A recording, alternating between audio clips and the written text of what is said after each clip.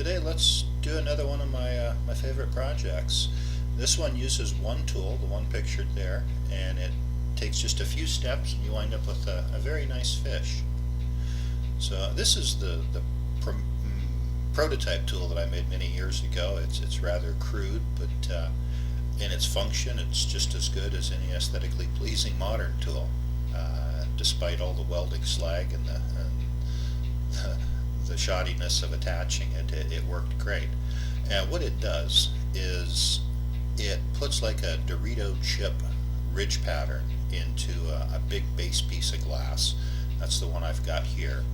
I like cobalt in the middle of these. There are other colors, particularly darker colors, I think that look best, especially if they're semi-transparent. But just heat the whole thing up and open your pliers up so that they're on the more open setting. When they're in their lower setting like this, the blades are parallel and flat, but opened up it allows for the thickness of the glass. So there we go, just grab it and crimp it down and it'll leave that pattern in there, almost like a Dorito potato chip ridge. And it's the same on both sides. So at this point we're going to want to fume it. There's a little bit of gold on the end of that glass rod, and I'm going to vaporize it in a really tight little high oxygen flame, and the vapor is going to land on the dark piece and leave a really thin, very even, smooth coating of gold, giving it a rather cranberry color.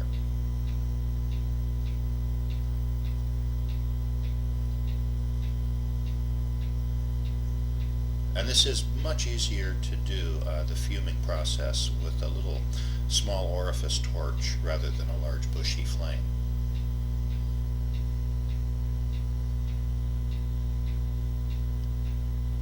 I'm giving a pretty nice heavy coat. I suppose you could do too much, but for the most part I don't think that's the problem. It's not getting enough on there. And then some more 4mm rod, and I'm going to rake down the length of that serrated portion, first down the center of each side, and then a couple of more stripes separated a little bit so there's space for at least one more layer between them. So I don't want them touching. I want to separate them with enough room to leave another rake between. And there's going to be a total of 3 on each side at this point.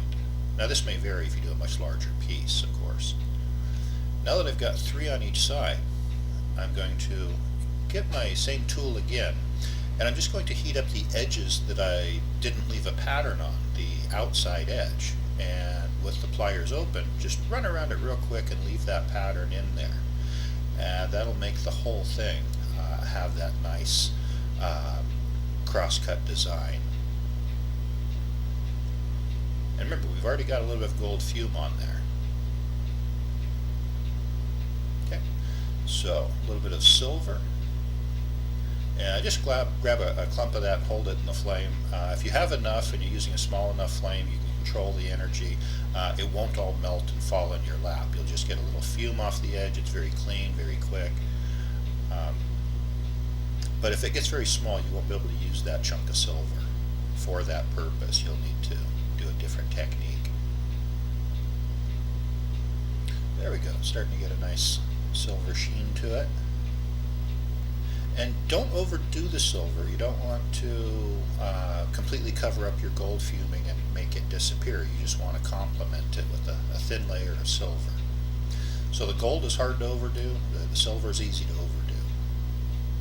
Now we're going to grab our clear rod, and I'm going to go around the edges that were the last ones that we put the texture shape into, and coat those over on both sides. And you can see how metallic that is in there. Now all those designs and those little washboard patterns are going to be saved when we encase it in the clear, and the different layers of fuming are going to come off looking rather scaly and like a brightly colored fish. I've had a lot of people ask if that's dichroic in there, as it does have a very sparkly metallic appearance too. So we're just completely coating it now. filling in those areas so that for the most part we've got it completely encased. I'm going to go over to a much larger flame. We just now want to melt the whole design in and make this thing smooth.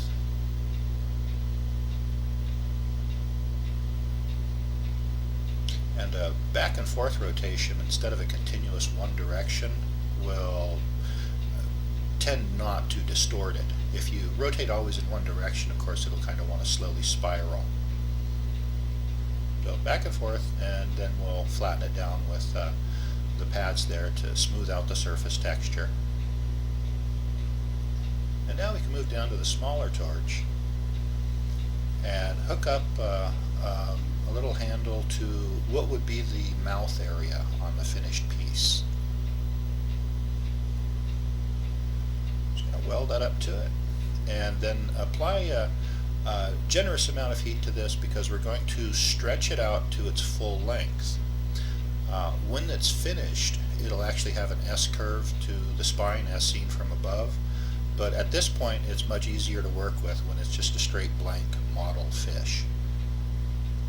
So we're just going to pull it out to a fish shape that's elongated.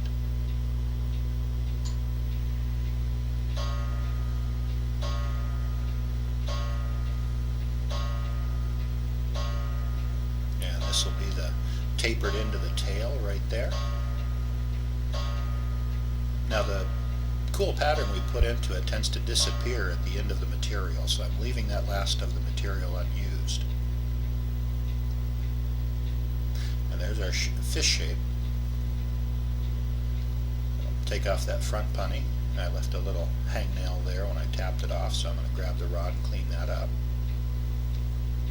Just draw that glass off.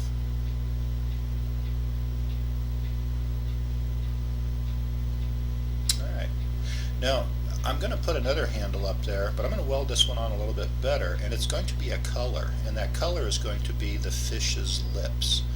So in this case, it's an amber over a white. Right where I'm going to put the fish lips when I'm done with this piece, and go ahead and weld it up so that my handle that I make the fish with while I'm working on the fins and the eyes, I don't need to remove, I just simply turn it into the lips as the very last step. Go. Cut that remaining material off, and we've got our fish body held on by what will become the lips, and I'm going to take some cobalt over white and just place that where I'm going to want the dorsal fin, heating it together nice and clean. But I'm not welding it on at this point or really trying to shape the fish fin. I just want to put on a couple, maybe 3 layers of this material there to be the fin in the finished product. Then we'll go ahead and add the tail fins, top and bottom.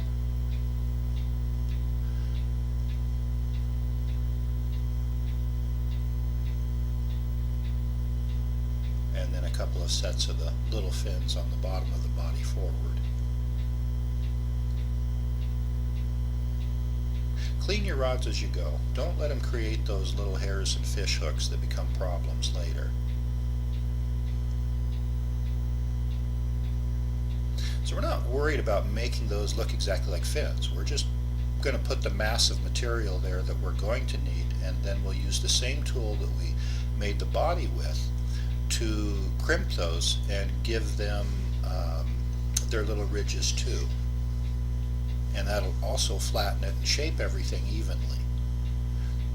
And then we'll heat that area up and touch it with a little glass rod and pull them into a final finished shape that looks very much like fish fins. There we go. Now we've got all of our little ridges in there.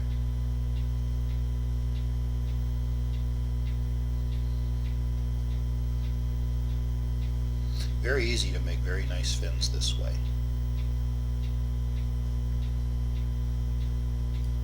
Or as Bob Ross would say, just crimp the devil out of them.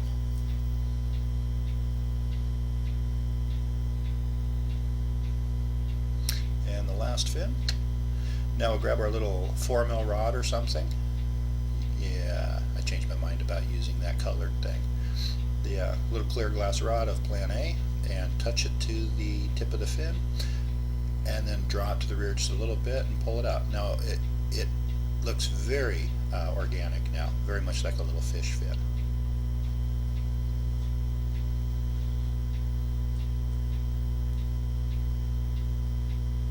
And notice we still haven't made the S-curve in our fish. It's still pretty much just a straight fish. Makes it very easy to do this work evenly.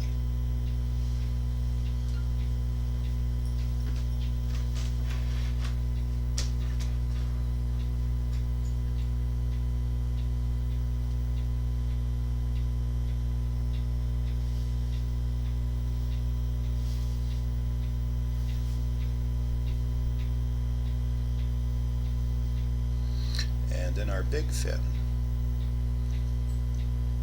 Put enough heat in your fin before you grab it with the glass rod that it will move a little bit and get the shape that you want as you draw it to the rear with a small clear rod. There they go. Very graceful little fins. Very sparkly. In the sunlight, these things really catch people. People really want to look at them. They make pendants, they make good little centerpieces and goblets, just sculptural items on their own. There are a lot of uses for little glass fish, it turns out. So these are the eyes I'm going to use. They're made ahead of time. You can link that to another video.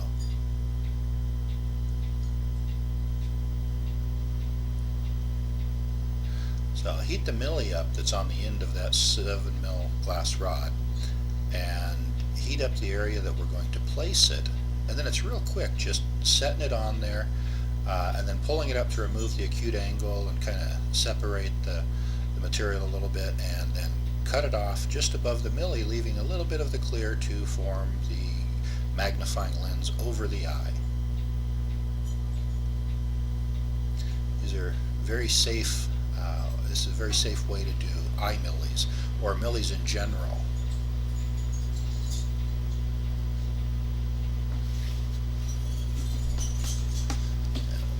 Other one just opposite of it. Try to get them even. If they're a little bit off, your fish will look a little special.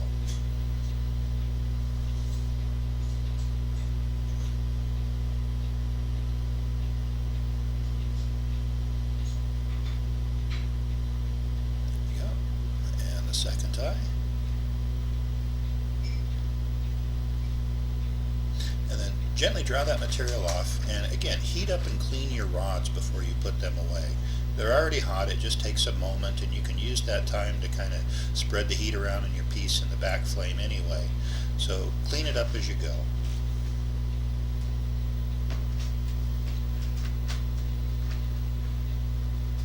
So now we'll put that S-curve in it. Put a little bit of heat in the body and make it look like that little fish trying to swim upstream.